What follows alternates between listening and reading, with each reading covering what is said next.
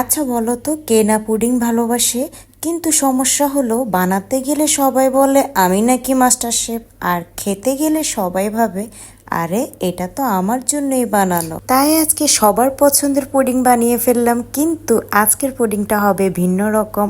আমি এই রেসিপিটা শিখেছি মুস্তারিন আপুর কাছ থেকে। আপু 2টো ডিম দিয়ে করেছিল, কিন্তু আমার পরিবারে যেহেতু সদস্য সংখ্যা বেশি তার জন্য আমি 3টা ডিম দিয়ে আজকে করব। আমি রুম টেম্পারেচারে থাকা 3টা ডিম নিয়ে নিলাম এবং 3টা ডিম ফেটিয়ে নিচ্ছি, ভালো করে ফেটিয়ে নিতে হবে। ডিম ফেটানো শেষে আমি এখন দিয়ে দিব গরম পানি।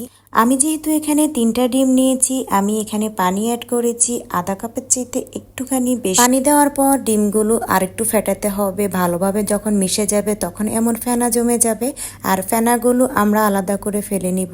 আর এখন আমি এই বাটি থেকে একটা প্লেটে ঢেলে নিব, কারণ এই বাটিতে দিলে পুডিংটা দেখতে সুন্দর হবে না, যার জন্য আমি এরকম একটা প্লেটে ঢেলে নিয়েছি। আর এখন আমি চুলায় একটা কড়াই বসিয়ে দিয়েছি। কড়াইয়ের মধ্যে আমি পানি দিয়ে একটা স্ট্যান্ড বসিয়ে দিয়েছি, যাতে সুন্দরভাবে প্লেটটা বসানো যায়। আর এই যে আমি প্লেটটা বসিয়ে দিলাম, তারপর ঢাকনা দিয়ে ঢেকে দিব। আর পানিগুলো কিন্তু এখনই বলকাচ্ছে, আর 10 মিনিটের বেশি, এটার বেশি টাইম লাগবে। 10 থেকে 12 মিনিটের পর আমার পুডিংটা রেডি হয়ে গিয়েছে। কি সুন্দর হয়ে গিয়েছে। আমি টেবিলে পুডিংটা ঠান্ডা হতে দিয়েছি। আর এখন রেডি করব আমি ক্যারামেল। ক্যারামেলটার জন্য আমি চিনি দিয়ে দিয়েছি। চিনিটা একটু নেড়ে তারপর একটু পানি অ্যাড করে দিয়ে, যখন পানিটা একটু শুকিয়ে যাবে হালকা একটু পানি অ্যাড করে নিলেই ক্যারামেলটা রেডি। তারপর এই যে আমি পুডিং এর উপর কি সুন্দর একটা ক্যারামেল দিয়ে দিয়েছি। আর এখনই এটা কেটে ফেলতে হবে, তাহলে এটার ভিতরে যে সুগারটা ঢুকে যাবে আর খেতেও বেশ মজা লাগবে। আমার কাছে এই রেসিপিটা খুব বেশি ইজি লাগছে। আমি মুস্তারিন আপুর কাছে দেখে তো আমি